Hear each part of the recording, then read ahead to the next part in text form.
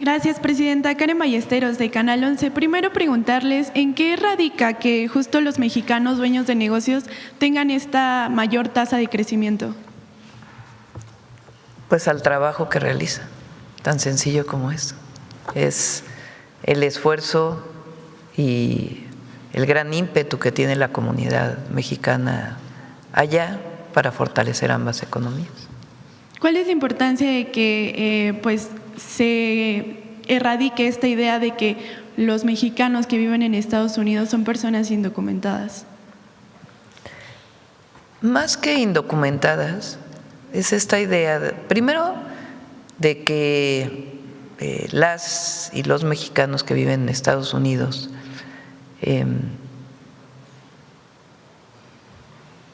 son delincuentes, porque se ha fomentado esta idea. Y lo que muestra Ana con estos datos es que es todo lo contrario. Podrá haber una u otra persona que haya cometido un delito y tiene que ser sancionada, pero son personas emprendedoras, honestas, trabajadoras, que no es que hayan ido allí solo para ayudar a las familias mexicanas, sino que allá están emprendiendo tanto que fortalecen la economía de los Estados Unidos y están muy integrados, no solamente a la economía, sino a la vida de las comunidades en Estados Unidos. Y lo que buscan, pues, es ayudar a la economía de Estados Unidos igual que la economía mexicana, mientras ayudan a la economía de sus familias. Entonces, es esta visión que no tiene fundamento. Por eso son importantes estos datos. Y personas, la mayoría de las personas que no tienen documentos llevan ahí 10 años. Muchísimos años, ¿no es así, claro, Ana? Mucho más, Santa. La mayoría 20 años. Coméntalo. Sí, señora presidenta, hay un estudio que no es de nosotros, pero que lo hemos visto, que habla de que la mayoría de los mexicanos, no estamos hablando de los venezolanos o los cubanos, etcétera, la mayoría de los mexicanos indocumentados tienen 20 años en promedio, 20 años. Tienen ahí sus vidas, han contribuido muchísimo, trabajan. Presidenta, precisamente hablando de Estados Unidos, ¿qué le han reportado los consulados de estas reuniones semanales que les pidió hacer en los centros de detención del ICE? Qué bueno que preguntas, porque salió esta nota ayer en CBS, que sale hoy en varios de los medios mexicanos. Esta idea de que los consulados mexicanos están haciendo política en los Estados Unidos es completamente falso. Lo que hacen los consulados, que es su papel, igual que el consulado de Estados Unidos en México o de otros países, pues siempre protegen a sus ciudadanos, al mismo tiempo que abren todas las posibilidades, por ejemplo aquí, de sacar visas para ir a Estados Unidos o algunos otros temas. Pues la embajada y el consulado de Estados Unidos en México, entre otras de sus funciones, es proteger a sus ciudadanos.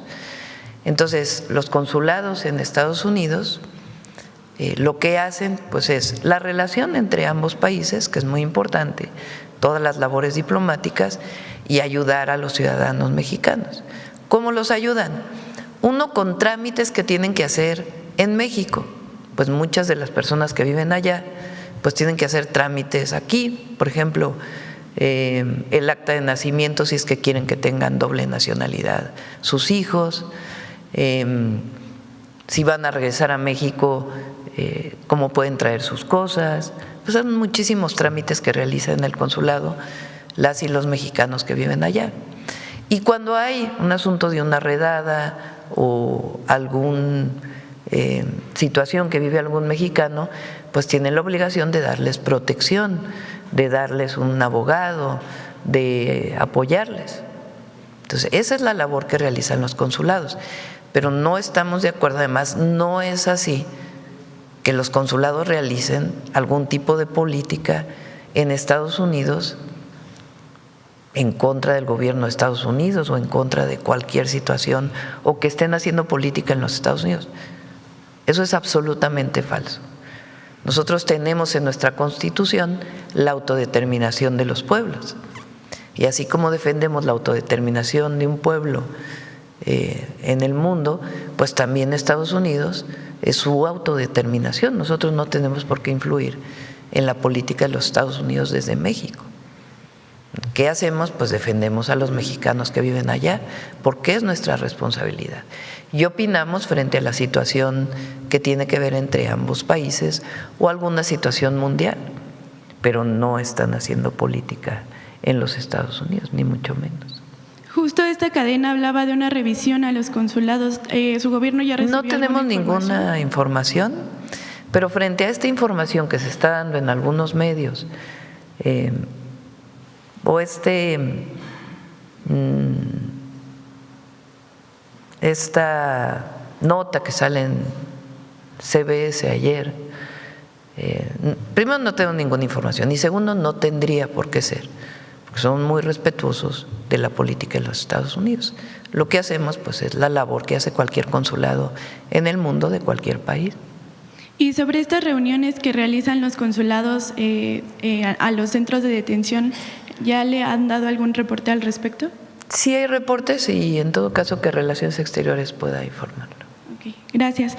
Presidenta, también ayer en la reunión que se sostuvo aquí en Palacio con los legisladores de Morena, Partido del Trabajo, Partido Verde, se habló de un posible periodo extraordinario para hablar sobre el aplazamiento de la elección judicial. Todavía no lo tenemos definido. Como les comenté en su momento, Luisa María está haciendo este estudio y ya pronto pues haremos un planteamiento. Ok. También ayer hablaba de este récord de empleos, si nos podría dar la información. Sí, hay muy buenas noticias de abril. Ahí tiene algunas Belmont que justo ahora estábamos viendo. Hoy va a publicar el IMSS los datos de empleo formal. Al 30 de abril se registró un incremento mensual de 23.923 puestos de trabajo afiliados al IMSS. Con ello, la afiliación total alcanzó los 22.748.603 puestos de trabajo, siendo la cifra más alta para un mes de abril de la historia y la tercera más alta para cualquier mes desde que se tiene registro. Es una muy buena noticia. La segunda buena noticia, que habla de la dinámica de la economía mexicana, entre enero y abril se vendieron 500.512 vehículos ligeros, la mayor cantidad en la historia en un primer cuatrimestre del año. La que sigue. Las remesas, ¿se acuerdan que habían caído? Esto tiene que ver con lo que mencionó Ana. En marzo se recibieron 5.394 millones de dólares, monto que representa el mayor crecimiento desde noviembre de 2024. 4. La inflación se redujo, esto lo mencionamos ayer. En abril la inflación registró 4.45%, lo que representa una reducción tras 3 meses al alza. Y ayer el Banco de México anunció la disminución de la tasa de interés, lo cual pues va a ayudar a las inversiones en el país. Entonces, son muy, muy buenos datos. Por último, Presidenta, con esta visita que realiza el secretario de Economía, Marcelo Ebrard, en Canadá, junto con más de 240 empresas mexicanas, ¿qué objetivos o metas de inversión se tienen para lograr allá en Canadá? Bueno, con Canadá tenemos el tratado comercial de los 3 países de Norteamérica, Canadá, Estados Unidos y México, pero desde que entró el primer ministro Carney al gobierno de Canadá, hemos estado fortaleciendo la relación México-Canadá. Hay mucho interés de las empresas canadienses en invertir en México y también de empresas mexicanas en invertir en Canadá y fortalecer el comercio entre ambos países. Entonces, recuerden que ellos vinieron aquí y ahora pues es el regreso de esta reunión y por lo que me informa Marcelo, les está yendo muy bien. ¿En qué sectores específicos se fortalecería este proyecto de inversión conjunta? Hay muchos sectores de la manufactura y también de servicios. Hay cada vez más turistas canadienses que vienen a México. Entonces hay varios sectores y ya esperemos que venga Marcelo para poder dar información más concreta. Gracias, presidenta. Gracias. Sobre las remesas, presidenta. Sobre las remesas. A ver. Muy buenos días, presidenta, funcionario y señorita, bienvenida a México. Presidenta, millones de familias mexicanas dependen de las remesas enviadas desde Estados Unidos. Frente a la incertidumbre migratoria y laboral, preguntarle qué estrategia tiene su administración para proteger la estabilidad económica de esas familias y mantener el vínculo con la comunidad migrante. No hay incertidumbre. Yo no veo incertidumbre. Obviamente, la política que ha tomado Estados Unidos frente a muchos mexicanos allá, pues hemos dicho públicamente que no estamos de acuerdo. Pero no hay una incertidumbre. ¿En qué sentido? Cada vez menos mexicanos van a Estados Unidos a construir una vida. Como bien dice Ana, es más bien esa migración fuerte que se dio durante años previos, porque aquí pues hay más oportunidades. Se han dado oportunidades con el desarrollo del país. Y nosotros contribuimos con Estados Unidos a disminuir la migración de una manera humanitaria en nuestro país de otras nacionalidades hacia Estados Unidos, que creció mucho en el año 22, 23 principalmente. Entonces se trabaja para dar oportunidades de empleo aquí o darles la oportunidad de que regresen a sus países de una forma humanitaria. Entonces, hay cada vez menos mexicanos que quieren ir a Estados Unidos. Lo que hay es una relación de 38 millones de familias. Yo voy a veces yo tengo una hermana que vive en Estados Unidos desde hace 30 años. Allá ha hecho su vida, allá tuvo sus hijas, como muchos mexicanos y mexicanas que tenemos familia allá y que desarrollaron su vida allá. Obviamente, mi hermana, como muchos mexicanos y mexicanas, está pendiente de mis hijos, del nieto, de mi mamá, siempre está pendiente de la relación familiar y contribuye, ella es maestra de primaria allá, contribuye a la economía de Estados Unidos de muchas maneras. Así como en mi caso personal, pues hay 38 millones de casos. Entonces son muchas familias que tenemos mucho vínculo. Y ese vínculo es el que debe traducirse en amistad entre ambas naciones y no de desunión. Al revés, tenemos que verlo como los mexicanos que viven allá, que contribuyen tanto allá, que tienen nacionalidad estadounidense de quinta, cuarta, tercera, segunda generación, y también cómo contribuyen a México. Ahora aumentaron las remesas, entonces quiere decir que hay una confianza pues en la relación de ambos países. Gracias, presidenta. En el mismo tema, ante el endurecimiento de las políticas migratorias y las redadas contra mexicanos en Estados Unidos, preguntarle qué nuevas acciones está impulsando su gobierno para fortalecer la protección consular y garantizar apoyo legal y humanitario a nuestros connacionales. Bueno, como lo dijimos, hay una queja en la Comisión Interamericana de Derechos Humanos por el fallecimiento de mexicanos en centros de detención.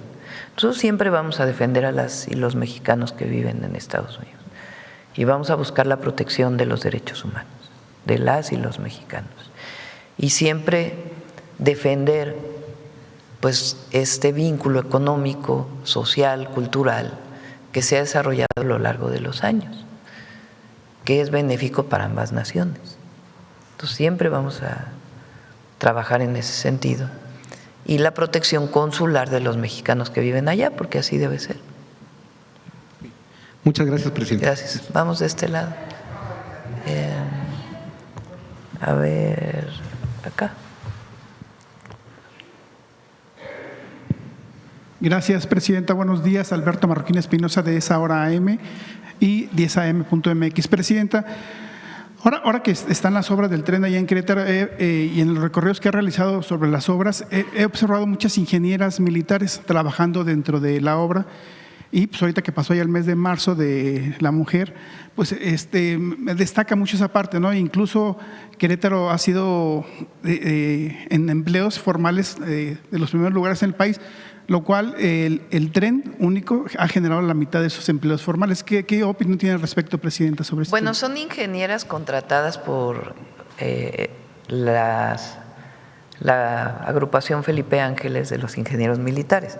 Hay muchos civiles trabajando en la obra, no solo son militares quienes trabajan en la obra, quienes coordinan el trabajo, quienes hacen la planeación, coordinan el trabajo, pues son los ingenieros militares y particularmente el general Vallejo, que como sabemos es un hombre de grandes capacidades, pero están contratados muchísimos civiles y entre ellas muchas ingenieras mexicanas que trabajan en todos los temas, desde topografía hasta ingeniería estructural. Claro. Presidenta, sobre el tren también, ya el gobernador de Querétaro, Mauricio Curi, había presentado una serie de proyectos de infraestructura para obras alternas a donde va a estar la estación principal ahí en el municipio del Marqués. Se hablaba sobre un monto de 3,000 millones de pesos. No sé si eso lo presentó a la Secretaría de Hacienda, no sé si usted tenga conocimiento o si se vayan a aprobar y si es el caso o no. ¿Cuándo iría usted a Querétaro a presentar a lo mejor la nueva estación del tren donde se va a construir y si va a anunciar obras alternas al tren? Bueno, vamos a dedicar una mañanera a eso, si les parece, que venga Andrés y el general Vallejo, Andrés Layuz y el general Vallejo para presentar dónde van a estar las estaciones nuevamente y particularmente la de la ciudad de Querétaro. Ok. Ya por último, Presidenta, el tema del ¿usted qué visión tiene sobre el servicio profesional de carrera, haciendo similitud a lo mejor a servicios profesionales como el de la Marina, el del Ejército? ¿Qué visión tiene para este servicio que inició hace prácticamente un poco más de 20 años y no ha tenido esa consolidación como de generar funcionarios de carrera? Bueno, es una buena pregunta. Tiene sus pros y sus contras, dependiendo del área. No quisiera ahora entrar en tanto detalle, pero podemos dedicar también un tiempo a explicar cómo se dio, cuándo se dio, a quiénes se les dieron esta característica de servicio civil de carrera y en dónde ha funcionado y en dónde no necesariamente ha funcionado. Entonces depende de cada lugar. Ahora, por ejemplo, la fiscal general de la República informó, entre otras cosas, en su plan de trabajo, que ella creía que era muy importante que en la Fiscalía hubiera servicio civil de carrera. Muchas de las personas en la Fiscalía General de la República estaban contratadas por 3 meses, sin tener la certeza de su trabajo posterior. Muchos de estos se hizo supuestamente por la corrupción y el permitir que en 3 meses se evaluara y si no funcionaba pudiera moverse, pero al mismo tiempo generó pues algo en donde la gente no tiene certeza de su trabajo ni de que puede subir en la escala a partir de las evaluaciones que hace la propia Fiscalía. Entonces la fiscal tiene la idea de que en ciertas áreas de la Fiscalía es muy importante que haya servicio civil, garantizando que no haya corrupción en la Fiscalía. Es un área donde puede tener muchas virtudes. Hay otras donde no necesariamente. Pero ya podemos hablar otro día con más detalle y informando pues en una evaluación, un diagnóstico que hemos hecho del servicio civil de carrera. Aunque sí, porque la responsable es la Secretaría de Anticorrupción y Buen Gobierno. Y Buen Gobierno. Entonces, y que nos puede informar. Sí, Raquel lo ha hecho y aquí lo podemos presentar. Okay. Muchas gracias, Presidenta. Gracias. Vamos acá. ¿Quién? A ver, el compañero. Hola, Presidenta, ¿qué tal? Muy buenos días a usted y a mis compañeros. Soy Juan Fierro del periódico tiempo.com.mx y Puente Libre MX.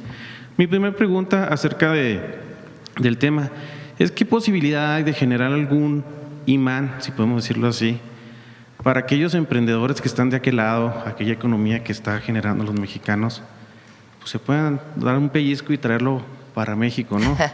Entonces, Tatiana ha hecho, ahora Ana puede platicar un poco de eso también, pero Tatiana Cloutier hizo un trabajo importante para que empresarios mexicano-estadounidenses inviertan en México. Entonces creó distintos esquemas con Nacional Financiera que permitan que pueda haber inversión en México, pues de muchas empresas exitosas que se han desarrollado en los Estados Unidos. No sé si quieres comentar algo de esto, Ana. Pues es un poco lo mismo, ¿verdad? Lo que dice la señora presidenta. Hay, desde luego, Tatiana Cloutier ha hecho un trabajo muy bueno en ese sentido y nosotros estamos también comunicando personalmente a empresarios allá, asociaciones de empresarios. Trabajamos mucho nosotros con la que se llama la Hispanic Chamber of Commerce, US Hispanic Chamber of Commerce, que es la Cámara de Comercio de todos los hispanos. En cada una de las ciudades hay una Cámara de Comercio de hispanos. Y a veces también hay una específicamente de mexicanos, pero creo que la noticia muy buena es que el presidente de la Cámara de Comercio Hispana Nacional es un mexicano de Texas y casi toda su mesa directiva son mexicanos. Entonces, eso nos ha ayudado y estamos activamente creando un sistema para que esto no sea nada más de vamos a hacer una convención o vamos a hacer una reunión, sino que sea algo sistemático, que haya una base de datos, que haya una serie de eventos planeados, pero no 1 ni 2 al año, sino 10 diferentes, también iniciativas por estado. Entonces, sí, tienes toda la razón, hay mucho que hacer, es trabajo, pero creo que es una sinergia espectacular que cuando juntas tú las 38 millones allá y los 132 acá, hay muchísimo que aprender. Gracias, presidenta. La segunda pregunta sería, el día de ayer la Secretaría de Educación informó a México de que se amplían las vacaciones, si podemos decirlo así. Claro, los jóvenes muy contentos, los niños también muy contentos. Pero aquí en este tema, presidenta, sabemos que venimos arrastrando, desafortunadamente, pues algunas cuestiones con materia del confinamiento del COVID. ¿Cómo ven o cuál fue el análisis que le reportaron referente a esto? Es una propuesta la que hizo Mario ayer, que viene de los propios estados de la República, no es que sea una decisión de Mario. Se juntaron en una reunión que tienen los secretarios de Educación de las distintas entidades y también a solicitud de maestros, en el sentido de que se adelantaran las vacaciones por el Mundial principalmente. Entonces se tomó esta propuesta, no hay todavía un calendario definido, pues es importante que los niños también no pierdan clases, ¿verdad? Entonces, en el marco de pues este actividad, este gran momento que va a vivir nuestro país y que pues muchos mexicanos y mexicanas nos gusta el fútbol y estamos pendientes del Mundial. Entonces hizo esta propuesta de que se adelantaran las vacaciones, pero pues también tiene que considerarse los días de clase de las niñas y los niños. Entonces una propuesta, todavía no está el calendario completo y pues vamos a esperar a que se defina ya de manera definitiva, ¿no? Pero adelantar viene una propuesta de los propios maestros y de los secretarios de Estado, de Educación, perdón, de varios de los estados. Gracias. Y por último, presidenta, hace un año nos estaba platicando usted acerca de lo que vienen siendo las declaraciones anuales de las personas físicas, sobre todo en el tema de las devoluciones de los impuestos, estos que hace un año pues había pues mucho que decir. ¿Cómo se trabajó este año especialmente o qué reporte tiene por parte de la Secretaría de Hacienda frente a estas declaraciones y su trabajo, que en este caso de devoluciones? Hay incluso aumento en la devolución del IVA. Hay algunos sectores que dicen que se está tardando más la devolución del IVA. Hay una regla que se establece en el Código Financiero de cuánto tiempo tiene la Secretaría de Hacienda para regresar el IVA y se cumple siempre, nunca se va más allá de lo que está establecido en la norma. Entonces, de todas maneras, ayer nos reunimos porque he estado recibiendo, pues así como recibo a los trabajadores, voy a las giras, veo a la gente, también recibo pequeños empresarios, medianos empresarios, que nos han estado pidiendo que haya también simplificación de trámites, todavía más para las pequeñas y medianas empresas, o micro, pequeñas y medianas. El presidente López Obrador hizo algo muy bueno, que es el RECICO en Hacienda, que es un régimen simplificado para las personas físicas con actividad empresarial y las personas morales, o sea, las empresas con cierto número de trabajadores o cierto número de ingresos. Y ha ayudado muchísimo porque es un régimen muy simplificado que les ayuda mucho.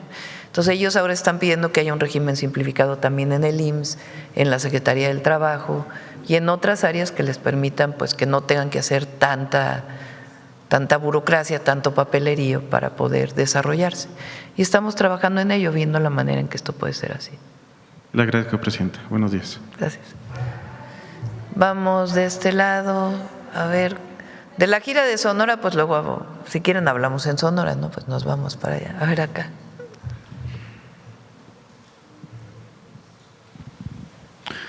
Gracias. Buenos días, presidenta. Ernesto Ledesma de Rompeviento TV. Presidenta, es un único tema que voy a abordar con usted. Con datos de Naciones Unidas a febrero del presente año, la población de Gaza han perdido la vida, han sido asesinados 72.045 personas en la Franja de Gaza. En los datos de UNICEF, también a febrero de este año, son 21.289 niños y niñas asesinados. Eso nos da un velorio por día durante los próximos 58 años, si hiciéramos un velorio por día. En ONU Mujeres, el dato que informa hasta febrero también de este año, son 38.000 mujeres y niñas que han perdido la vida, que han sido asesinadas por el gobierno de Benjamín Netanyahu en Gaza. Eso nos da un velorio por día en los próximos 104 años. El genocidio se sostiene, es sostenido contra la población palestina en Gaza. Hay otra vez una Global Sumu Flotilla que partió el 12 de abril, que fue detenida en aguas internacionales, pero muy retirado, más de 1.000 kilómetros de distancia de Gaza. Esta flotilla fue interceptada, fueron 22 embarcaciones interceptadas, fueron sujetas a tortura y maltratos crueles e inhumanos, entre ellos una mexicana también, Abril Rojas Ángel, que ya se encuentra acá, que hicieron las gestiones los embajadores, el embajador de Grecia particularmente. Hemos documentado, y la Global Sumu Flotilla ha documentado tortura sexual, no solamente tortura física, contra hombres y mujeres que fueron detenidos de forma ilegal en aguas internacionales a la altura de Grecia. Hoy salieron nuevamente, hace pocas horas partieron de Grecia la Global Sumu Flotilla con 38 embarcaciones, más otras 20 que se estarán incorporando, se dirigen hacia Turquía y ya de ahí tomarán una decisión final para intentar llevar la ayuda humanitaria a la Franja de Gaza hacia el pueblo palestino y abrir este corredor humanitario. El día de ayer hubo una conferencia de prensa aquí en el Club de Periodistas de la Global Sumu Flotilla y se está solicitando los familiares de esta flotilla y la Global Sumu Flotilla México un encuentro con usted, una entrevista con usted, y quisiéramos saber si eso es factible, porque ahorita otra vez se corre el riesgo de una intercepción ilegal y quisiera saber si usted está en disposición de atender a los familiares de esta flotilla. Sí. Primero, siempre nos hemos manifestado en contra del genocidio en Gaza. Segundo, somos el gobierno de México que por primera vez reconoció como embajadora o a la primera embajadora de Palestina en México, no una representante diplomática, sino una embajadora como tal. Y siempre hemos pensado que debe darse todo el apoyo para que Palestina sea reconocido en toda su amplitud como un país, como un Estado. y que, como dice nuestra Constitución, debe reconocerse como Estado su autodeterminación y que se construya la paz en esa zona. Esa siempre ha sido nuestra posición y la defendemos. A ti te tocó estar en una de las flotillas y siempre buscamos la protección de los mexicanos. Así como se mencionó en el caso de los consulados, nuestra obligación siempre es proteger a los mexicanos en cualquier situación. Puedo recibir a los familiares de quienes van en esta flotilla, sobre todo con la visión de la protección de los mexicanos y las mexicanas que van en estos barcos, buques de ayuda humanitaria. Entonces podemos recibirlos. Hoy le di instrucciones a Roberto Velasco que hablara con los familiares para que por lo menos el secretario de Relaciones Exteriores esté en contacto y en todo caso ver si nos podemos reunir. Siempre vamos a estar a favor de la defensa de las niñas y los niños en el mundo entero. Ninguna guerra puede pasar por encima de la infancia, de las mujeres, de la población civil. Usted sale a Sonora este fin de semana. ¿Sería factible el lunes poder tener un encuentro con usted? Pues vamos a ver cuándo. Por lo pronto que hable el secretario de Relaciones Exteriores con ellos y ya nos ponemos de acuerdo. El presidente español, Pedro Sánchez, y el presidente Ignacio Lula de Brasil han hecho también denuncias porque hay dos compañeros que fueron secuestrados a 1000 kilómetros, que es Tiago, que es brasileño, y Saif, que es español. Están sujetos a torturas inhumanas e incluso están en huelga de hambre y uno de ellos ya entró en huelga de sed también, de agua. Hay un riesgo muy fuerte sobre la condición de la vida de ellos. ¿Tendría usted unas palabras con respecto de estos ciudadanos? El respeto a los derechos humanos siempre. Y la liberación de ellos. Pues sí. Liberación y además el respeto a los derechos humanos. Eso está por encima de todo. Gracias, presidente. Sí. Vamos a ver. Gracias, presidenta. Celsin Juárez, de noticiasdefrente.com. Presidenta, ayer se publicó la ley de feminicidio en el Diario Oficial de la Federación. Usted incluso ayer agradeció en la mañanera el trabajo legislativo que se ha hecho para dar pie a esta ley con estas reformas que se han aprobado. ¿Qué significa para México, presidenta, para las mujeres, para las familias víctimas de feminicidio? Falta la ley. Hasta ahora lo que se reconoció en la Constitución es que puede haber una ley general para atender a las víctimas y al delito de feminicidio. Ahora viene la ley general. ¿Qué quiere decir una ley general? Que todos los estados tienen que adoptarla. Cuando nosotros estuvimos en la Ciudad de México, Ernestina Godoy desarrolló un mecanismo para erradicar la impunidad relacionada con casos de feminicidio. Es una forma de investigación y de protección a las familias de las víctimas y a la propia víctima para que haya justicia en estos casos. Este mecanismo que desarrolló Ernestina y que se ha ido perfeccionando, queremos que esté en todas las fiscalías del país. Que nunca más a una mujer se le juzgue cómo iba vestida, si había ingerido bebidas alcohólicas frente a la violencia feminicida. Que nunca más se oculte un feminicidio como un suicidio. En la medida que atendamos la impunidad en todos los delitos en México, pero particularmente en los delitos contra las mujeres, en esa medida van a ir disminuyendo. Entonces, cuando llegué al gobierno dije llegamos todas. Y llegamos todas quiere decir atender cualquier situación de violencia contra las mujeres. Y la peor violencia que puede haber contra una mujer, pues es asesinarla por el solo hecho de ser mujer, que es gravísimo. Entonces lo que queremos es que todas las fiscalías estén coordinadas para atender cualquier caso de feminicidio para que haya cero impunidad.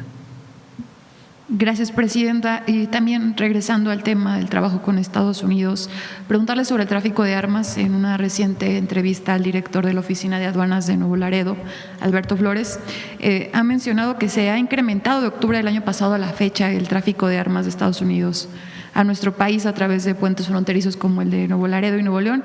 Pues esto reflejado en un mayor número de armas y cartuchos asegurados en este último año, que incluso supera a lo incautado en el año fiscal de 2025. Saber qué información tiene al respecto y cuál sigue siendo, presidenta, la petición y los retos con el gobierno de Estados Unidos sobre este tema.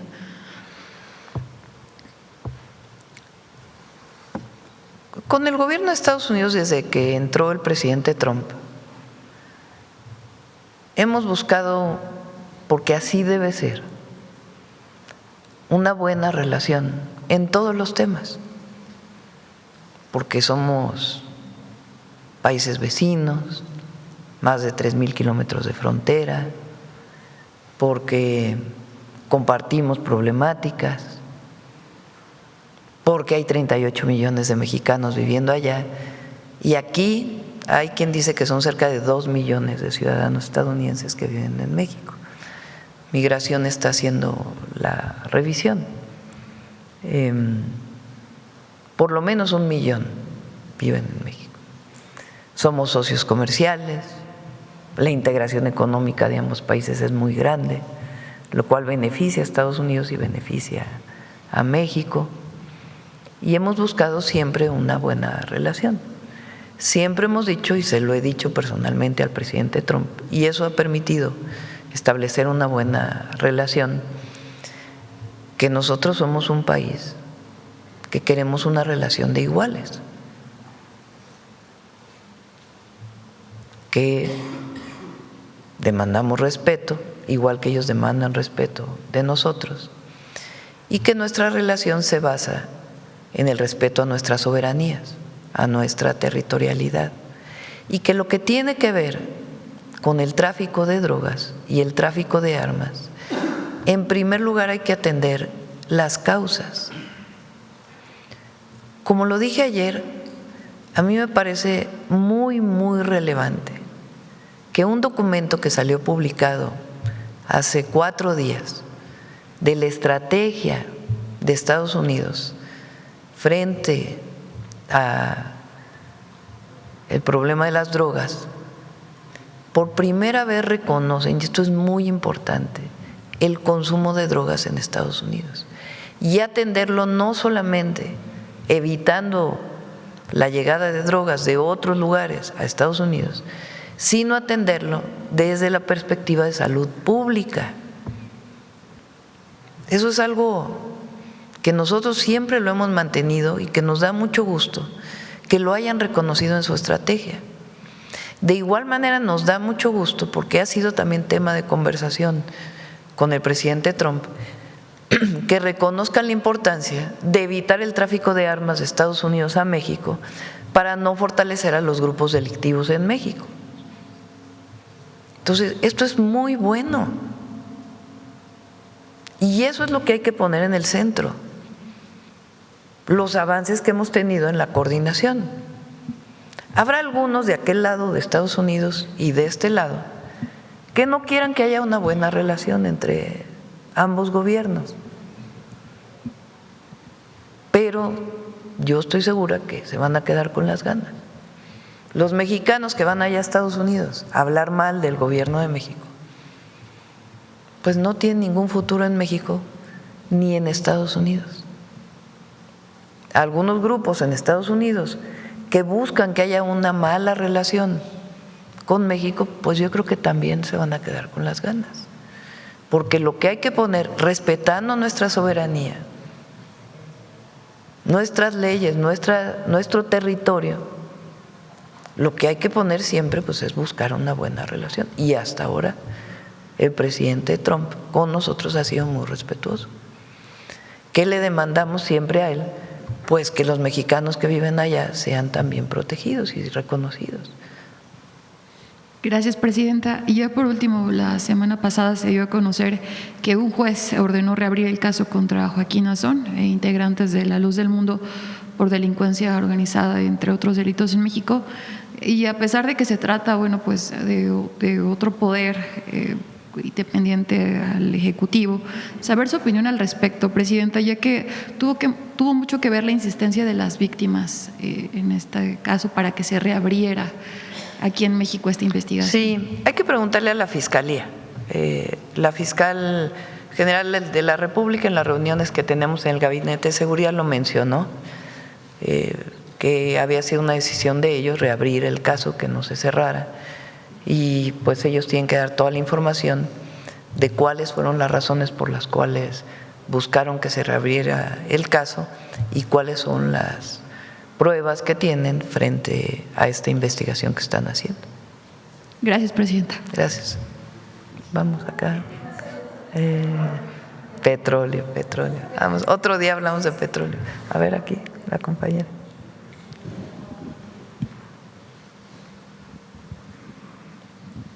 Muy buenos días, presidenta, invitados y a todas mis compañeros y compañeras. Me estaría regresando al tema inicial, de acuerdo a la contribución de los 2.3 billones de dólares al PIB estadounidense que mencionaron.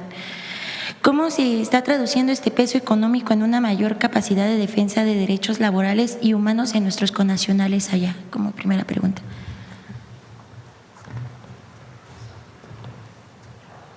Pues especialmente en Estados Unidos, entre más poder económico, más poder de todo tipo, desde luego. Todavía tenemos mucho que avanzar. Como dije anteriormente, el poder económico viene muchas veces de la generación nueva, de los hijos de esos inmigrantes, y son muy asertivos, y son muy directos, y son muy orgullosos.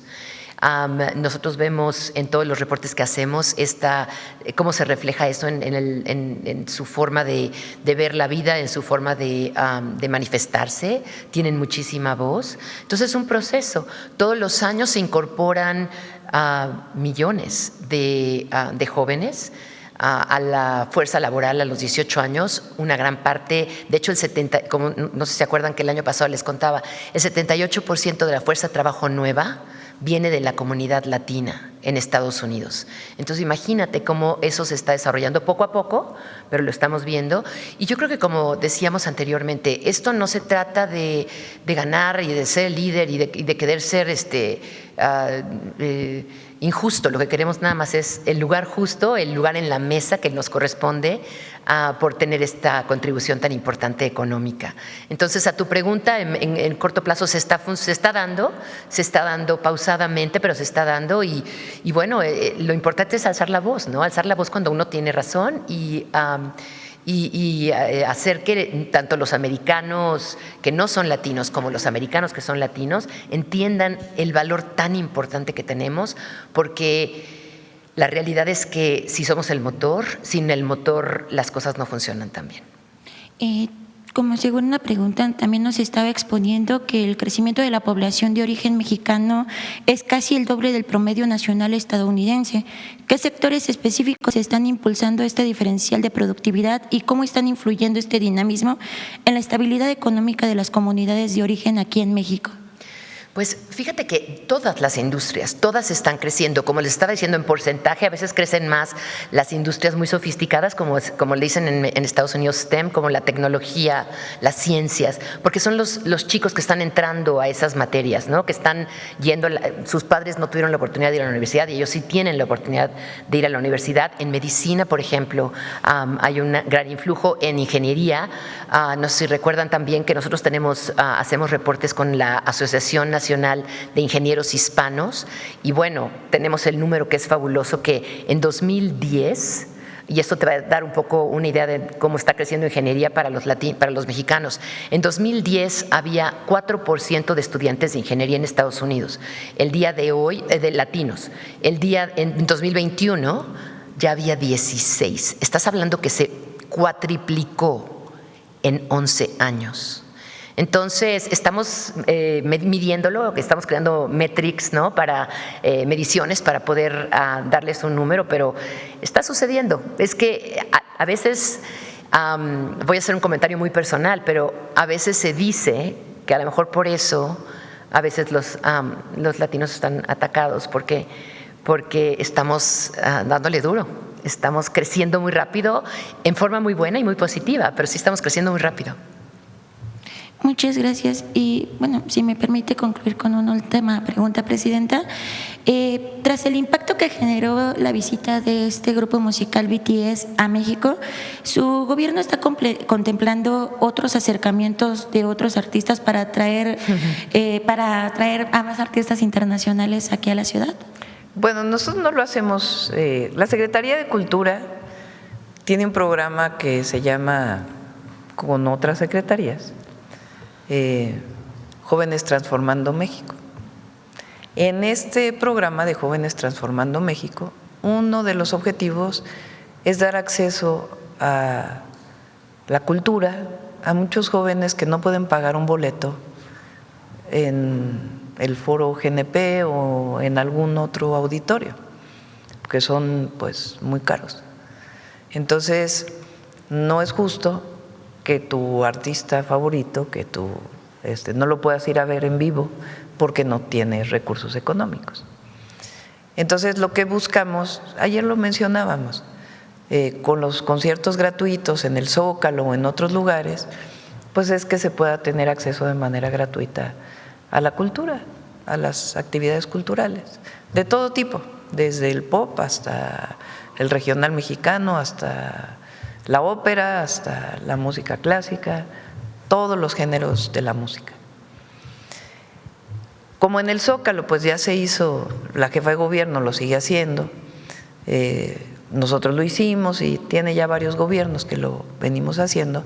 Ahora la idea pues es hacerlo fuera de la Ciudad de México. Entonces, por eso Claudia Curiel está organizando estos conciertos en toda la República, buscando que las y los jóvenes mexicanos tengan acceso gratuito a estas actividades. En ese sentido lo promovemos. Ahora, por otro lado, y quizá tiene que ver, pero por otro lado, la industria del espectáculo, vamos a llamarlo así, ha crecido muchísimo en México, muchísimo.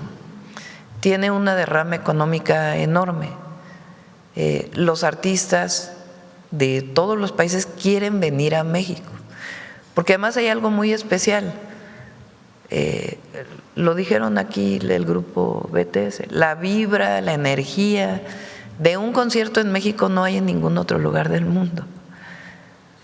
Por eso hasta Fórmula 1 gana siempre en México todos los premios, porque aunque sea caro los boletos, pues se vive una energía muy distinta a la que hay en otros lugares del mundo.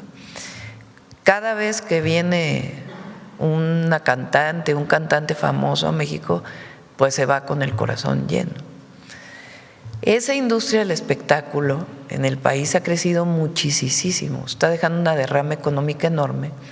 Tienen también, por ejemplo, CESA tiene un acuerdo con otra empresa internacional y eso ha permitido pues traer a otros artistas. Digo CESA como muchas otras empresas del espectáculo en nuestro país. Entonces, eso mismo pues también impulsa el que cuando vienen a México, pues a lo mejor se quedan a un concierto gratuito en algún lugar. Y es algo muy bueno para las y los jóvenes. Entonces, nosotros en la medida de lo posible, pues vamos a buscar el acceso gratuito, porque pues es triste. Hay un video que se hizo viral, creo que lo tomó uno de ustedes. ¿Lo puedo decir? Carlos lo tomó. ¿Por qué no lo pones? Es muy bonito. Me lo pasó Paulina ayer. Es de una mamá con su hija, que vienen que vinieron al Zócalo bueno, no, ni cantaron pues, nomás fue para saludar a quienes quieren este grupo. Bueno, no sabemos todavía, depende mucho de sus productores y todo. Por lo pronto lo que conseguimos es que regresen a México. Eso ya es bastante porque no lo tenían contemplado. Entonces ahora regresan a México en el 27. Y la otra parte pues ya vamos a seguir gestionando a ver si es factible o no. Pero todavía no es una realidad. Pero miren la emoción.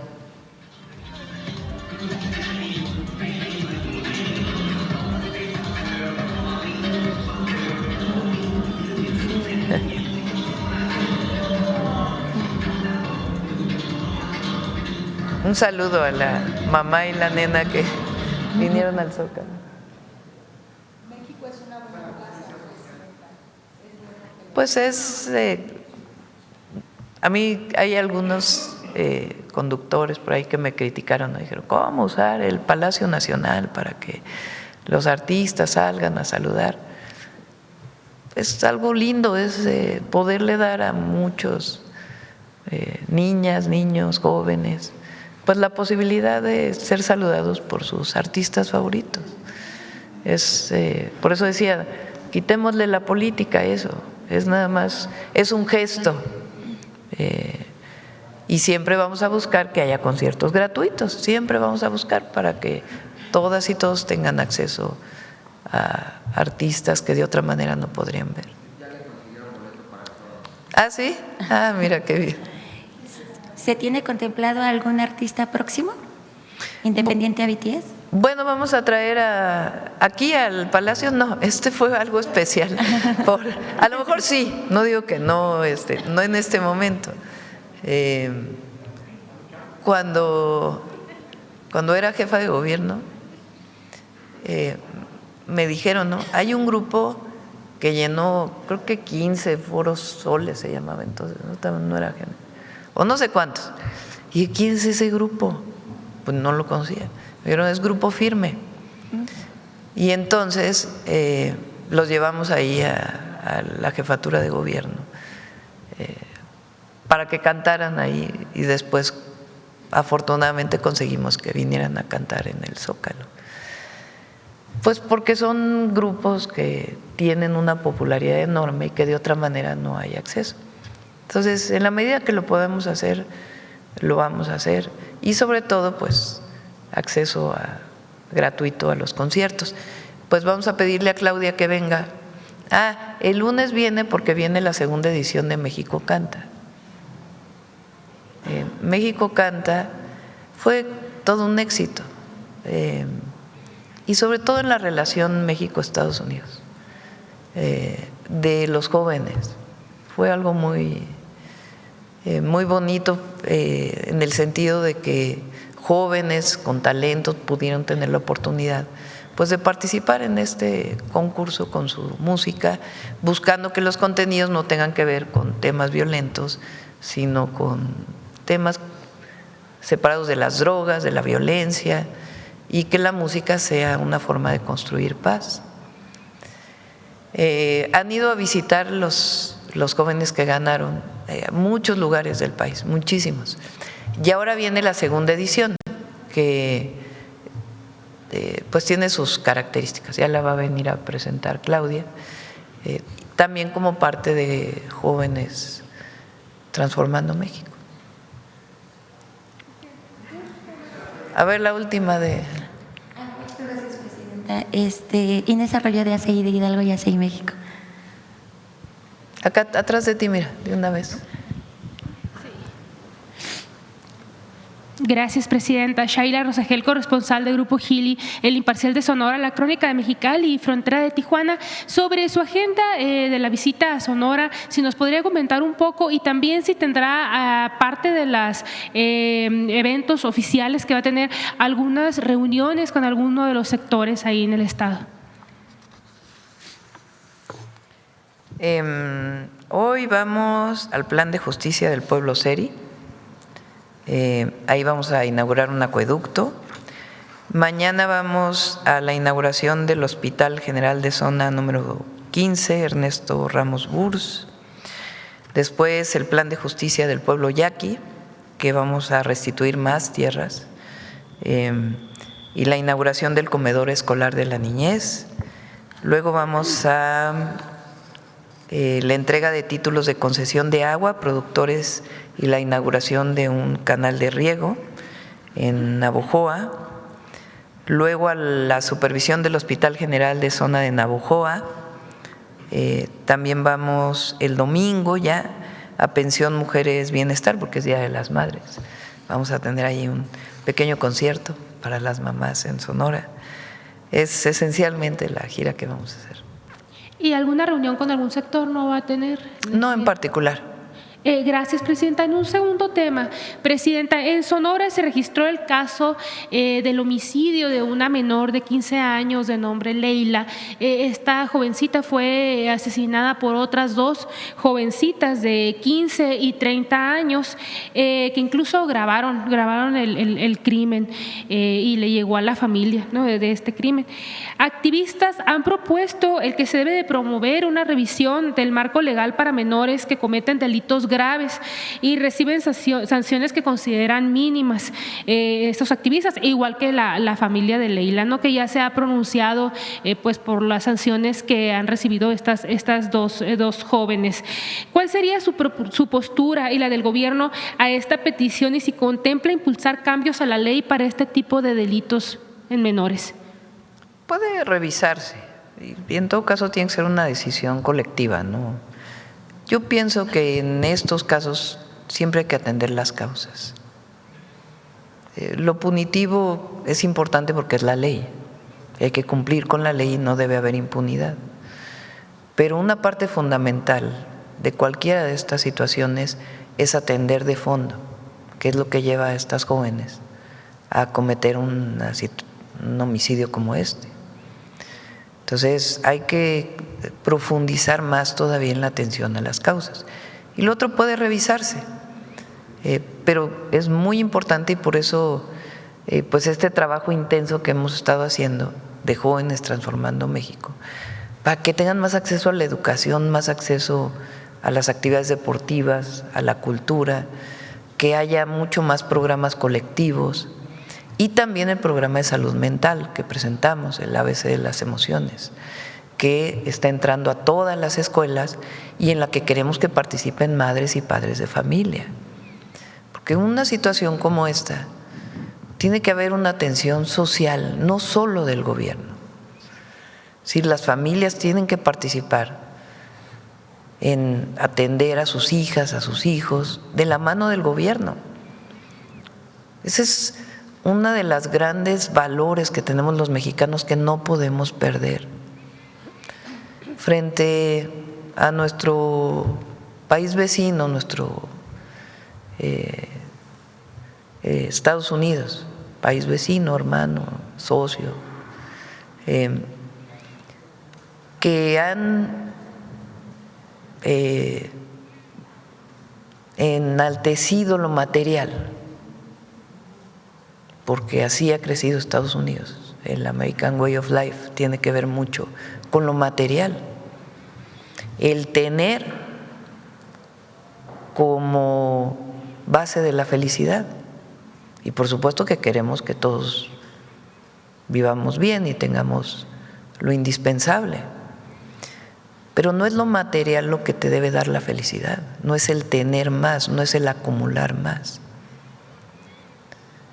En Estados Unidos los jóvenes a los 18 años salen, la mayoría de ellos, del núcleo familiar. Aquí no. Aquí mantenemos mucho al núcleo familiar. Y México se construyó sus familias por un sentido espiritual, de valores. Y eso, entre otras cosas, viene de los pueblos originarios. Por más que quieran enaltecer a Hernán Cortés. Los pueblos se fueron a las montañas cuando la conquista o la invasión española para mantenerse libres. Y gracias a eso conservaron valores comunitarios. No se nos olvide que los pueblos originarios, la tierra es comunal. No es individual, es comunal. Eso habla de un sentido comunitario muy especial. Y esos valores son los que han quedado grabados en las familias mexicanas. Entonces, ese valor de la familia, de la fraternidad, del no abandonar a nadie, de siempre estar atento a nuestras familias, como lo hacen nuestros hermanos mexicanos, que siempre están atentos a sus familias aquí y allá. Ese valor familiar, espiritual, es muy importante que lo conservemos, que no lo perdamos, que el excesivo uso de las redes sociales no nos lleve a perder ese valor espiritual de nuestras familias. Y eso tiene que ver con madres y padres, tiene que ver con hermanas, hermanos, y con el gobierno también, pero es un asunto social. Entonces, situaciones como estas que ocurrieron, pues tenemos que atenderlas, sí, en la parte de justicia y de que no haya impunidad, pero también desde las causas más profundas. Y entre todos tenemos que conservar esos valores que le dan a México esa fuerza cultural y del pueblo y de identidad que tenemos las y los mexicanos. Eso es lo que nos da una profunda identidad y además dignidad frente a cualquier situación. Eso lo tenemos que conservar. Esa es parte del ser mexicana y mexicano.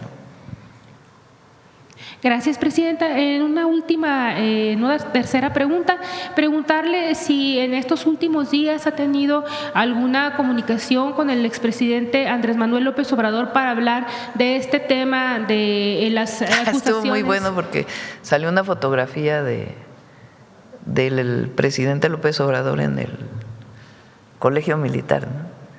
Y decían que yo lo había ido a ver a Palenque ese fin de semana. ¿Qué comunicación tenemos con el presidente López Obrador? Pues lo que nos da el ser parte de un proyecto de transformación. Veo a su esposa de vez en cuando, pues porque la quiero, porque somos amigas de hace tiempo, no porque no tenga comunicación con el presidente López Obrador, pues no voy a dejar de ver a Beatriz, ¿no? Nos conocemos desde el gobierno de la ciudad y hemos mantenido una relación de amistad. Entonces, muy de vez en cuando, no es muy seguido, pero nos hemos llegado a ver y hablamos de nosotras, de la familia, de cómo está, de su trabajo académico, de mi nieto, en fin. Pero una comunicación con el presidente pues no hemos tenido, más que lo que nos da ser parte de este mismo proyecto de transformación.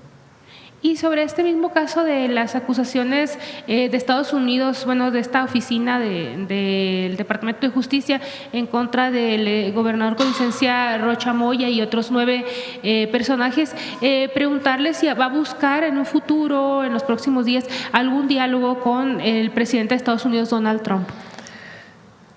Sí, hablamos muy seguido con el presidente Trump y podemos hablar pronto. Tenemos muchos temas en común, entre otros, pues, los mexicanos que viven allá, y también el tema comercial y muchos otros temas. Y esa relación la queremos mantener, eso es muy importante. Nosotros no estamos de acuerdo, no necesariamente tenemos que estar de acuerdo en todo, el gobierno de Estados Unidos y el gobierno de México, y tenemos que manifestarlo cuando no estamos de acuerdo. Pero eso no quiere decir que no busquemos una buena relación. Pues siempre digo, nosotros lo que recibimos fue de una oficina del Departamento de Justicia de los Estados Unidos, a través de Relaciones Exteriores, una solicitud de detención urgente con fines de extradición de 10 ciudadanos mexicanos. Ante ello, Relaciones Exteriores, con apoyo de la Fiscalía, respondió que se necesitaban más pruebas, que con lo que se había presentado no era suficiente para esta detención urgente. Pero así lo vemos, fue una oficina del Departamento de Justicia. Y sí hay quien quiere que no haya una buena relación aquí. Pues, o sea, buscan la oposición en México, los comentócratas, además de las mentiras que dicen, porque dicen una cantidad de mentiras impresionantes, o sea, parece como si estuviera los conductores metidos en la reunión de seguridad, grabando las conversaciones e inventando, ¿no? ¿Quién es su informante? Porque la verdad pues es muy mal informante, porque no tiene nada que ver con lo que ocurre en el gobierno. Es como cuando inventaron que había un problema en el área de comunicación social del gobierno. ¿De dónde sacaron eso?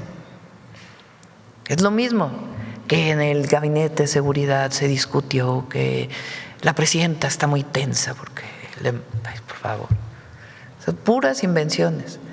Invenciones del presidente López Obrador. Ayer el Universal sacó unas cosas, la verdad, sin ninguna fuente, de los hijos del presidente López Obrador.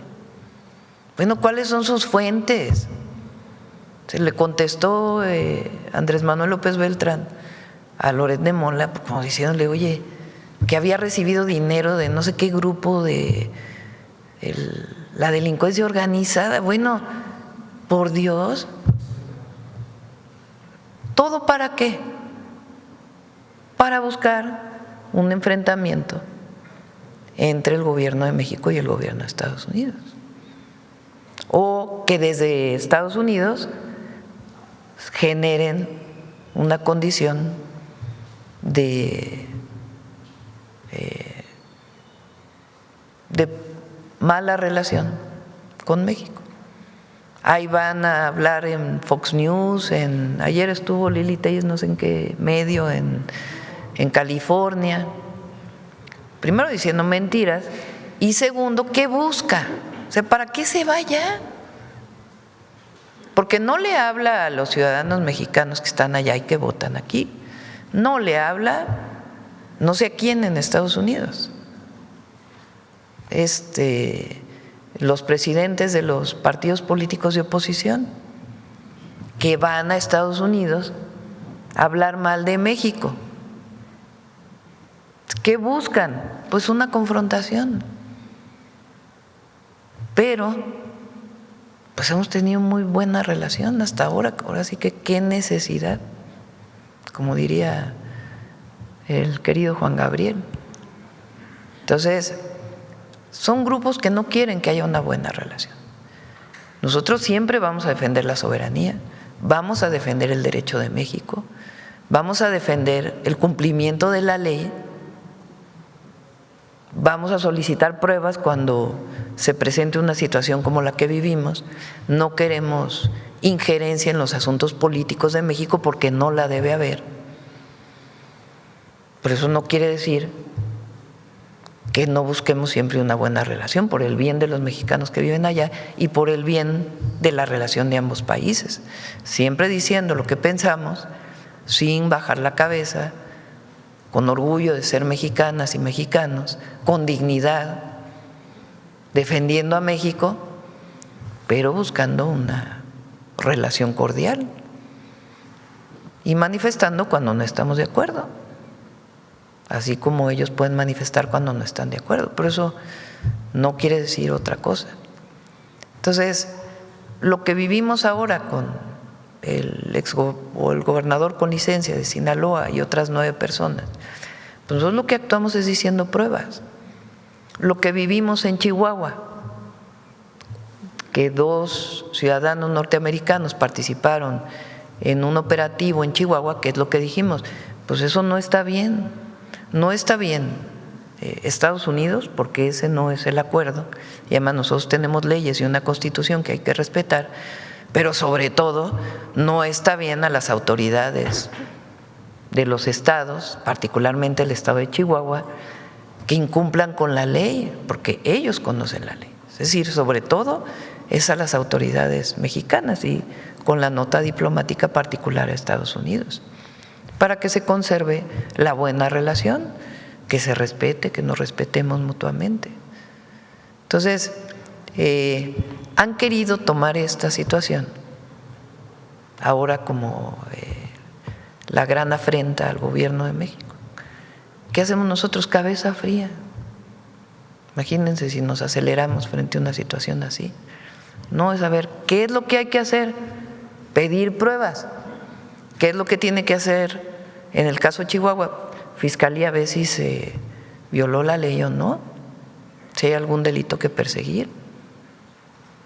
Así de sencillo, sin más, sin otra cosa.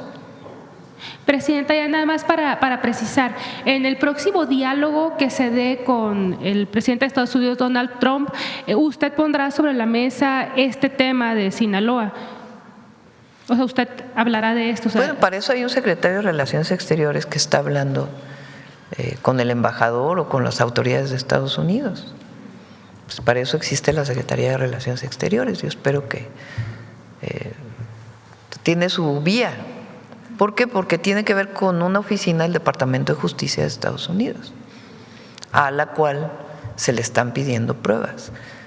Entonces, por eso yo dije, a ver, si es un asunto judicial, que se cumpla con la ley. Si es un asunto político, esa es otra cosa. Y entonces ahí sí, pues no queremos injerencia. Así como ellos no quieren injerencia en la selección de México en las elecciones de Estados Unidos, tampoco queremos que usen a México para la elección de Estados Unidos. Así también nosotros pedimos que las elecciones en México pues se desarrollen sin injerencia de ningún país. Igual se lo decimos a la presidenta de la Comunidad Española. O sea, viene aquí a pedir inversiones o algunas otras cosas, está muy bien. Pero si su interés es político, pues tiene derecho a venir a hablar. No vamos a coartar su libertad de expresión. Ahora, no creo que le sirva a quien la trajo, pues porque no va a ayudar que hable de Hernán Cortés y la conquista para ganar una elección en nuestro país. Pero pedimos siempre respeto, igual que ellos piden respeto. Entonces, esa es nuestra posición y siempre va a ser nuestra posición esa. Con dignidad, con la dignidad que tiene el pueblo de México, con esa misma dignidad, la representante del pueblo, que es la presidenta, pues se presenta ante todas las naciones del mundo, con mucha dignidad, pidiendo siempre respeto, pero buscando siempre que no haya confrontación, sino una buena relación y la solución de cualquier problema. Es un tema judicial, que presenten las pruebas. Gracias, presidente. ¿Qué dice Saruca? No sé si ya vio lo que publicó. Oigan, ya son 9:12. No sé qué publicó Saruca, no lo he leído. Acusándolos de que están haciendo política. Bueno, imagínense, pues cómo un mexicano va a acusar de que los consulados están haciendo política en Estados Unidos. O sea, por favor, está mal eso, está mal. Entonces, los consulados, todos los cónsules deben respetar la política en Estados Unidos, no deben intervenir en la política de los Estados Unidos, es en la instrucción que tienen del secretario de Relaciones Exteriores y de la presidenta. Ahora, sí tienen la obligación de proteger a los ciudadanos mexicanos, porque esa es su función, y de reunirse con ellos y de buscarlos cuando estén en las filas y de atenderlos bien y de buscar la protección de sus derechos humanos siempre. Y así actúan. No tenemos ninguna queja de algún consulado que esté haciendo otra cosa. Todo lo demás pues es más bien propaganda, no tiene que ver. Sí, pues está mal, pero no lo ve bien tampoco ni los mexicanos tampoco. Bueno, ya vámonos. Los dejo y me voy aquí con el 10 de mayo con mi mamá, la voy a ir a ver a su casa. Vamos a Sonora, regresamos como a las 4 de la tarde, creo, más o menos.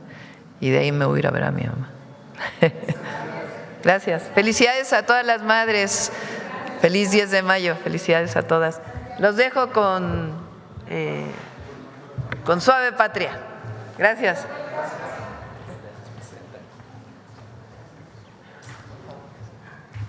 Kimi, amigas, amigos, muy buenos días. Les acabo de saludar en la lengua ñatro, el mazahua, como muchas y muchos de ustedes lo conocen, una de las 5 lenguas que se hablan en el Estado de México.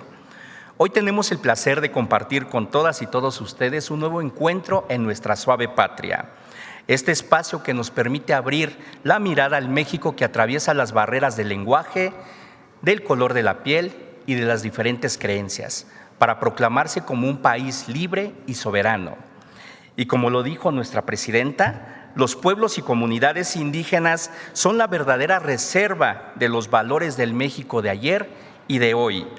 Y justamente de eso les queremos hablar, del trabajo artesanal, como un homenaje a la unidad, a la familia, pero sobre todo al ingenio mexicano, porque donde muchas y muchos vemos un simple elemento natural, en nuestra suave patria vemos una oportunidad de hacer arte.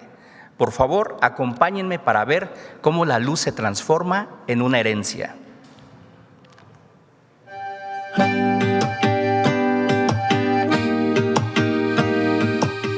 En Metepec, el vidrio no solo es vidrio, es oficio, es tradición y es herencia.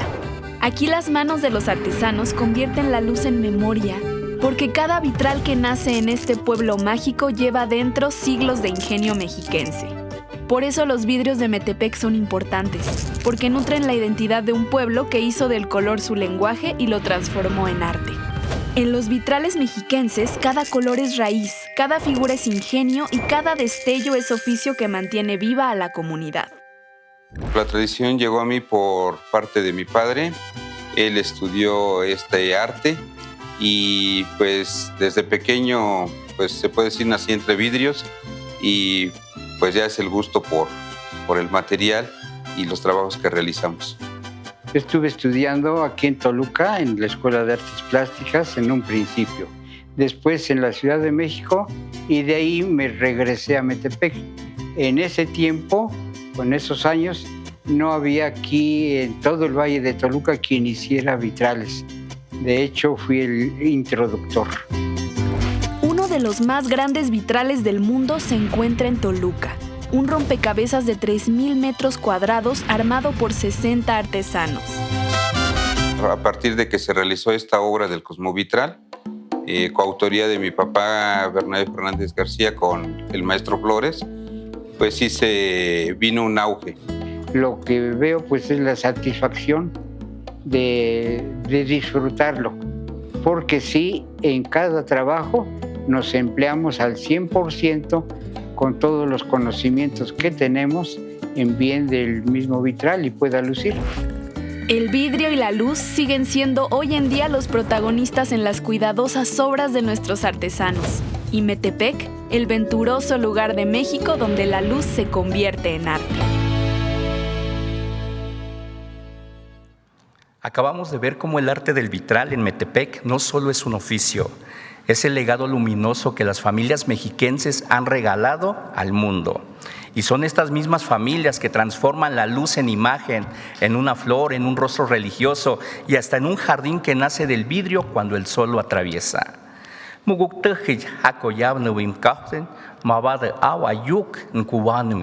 Amigas y amigos, México es el lugar donde nuestra soberanía también se defiende con arte. Poco. Muchas gracias. Gracias.